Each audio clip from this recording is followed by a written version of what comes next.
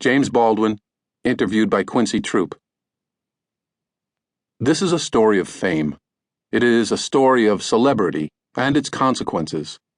It is, I think, a tragedy, and no more the occasion for retrospective moral judgments than any other biographical canvas should be.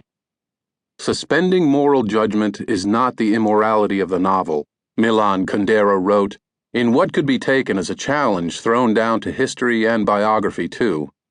This suspension of judgment is the storyteller's morality, the morality that stands against the ineradicable human habit of judging instantly, ceaselessly, and everyone, of judging before and in the absence of understanding.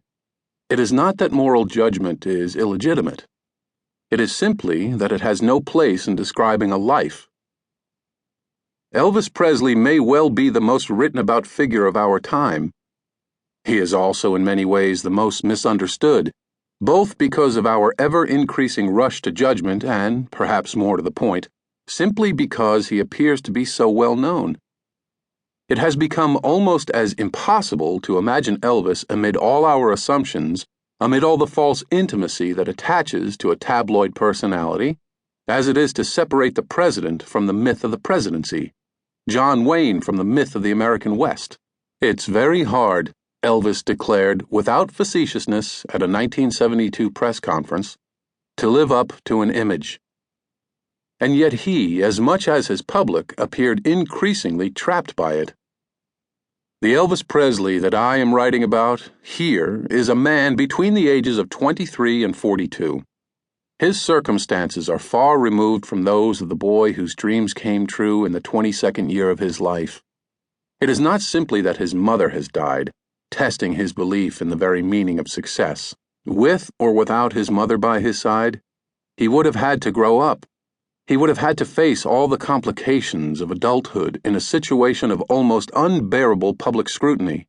A young man little different in temperament from the solitary child who had constructed a world from his imagination. The army was hard for him, not just because he was temperamentally unsuited to it, but because it was something he knew he had to succeed at, both for himself and for others.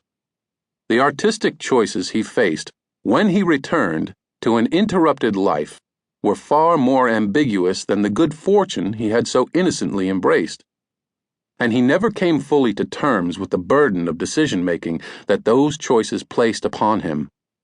His natural ability to adapt, his complex relationship with a manager whom he perceived not just as a mentor, but as a talisman of his good luck, served him in both good and bad stead. He constructed a shell to hide his aloneness, and it hardened on his back. I know of no sadder story. But if the last part of Elvis's life had to do with the price that is paid for dreams, neither the dreams themselves nor the aspiration that fueled them should be forgotten. Without them, the story of Elvis Presley would have little meaning. I've tried to tell this story as much as possible from Elvis's point of view.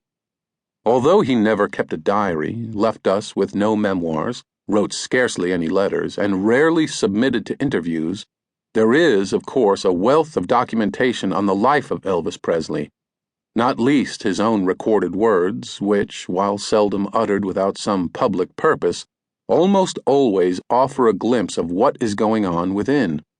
I've pursued contemporary news accounts, business documents, diaries, fan magazines, critical analyses, and the anecdotal testimony of friends and eyewitnesses, not with the intention of imposing all this on the listener, but simply to try to understand the story.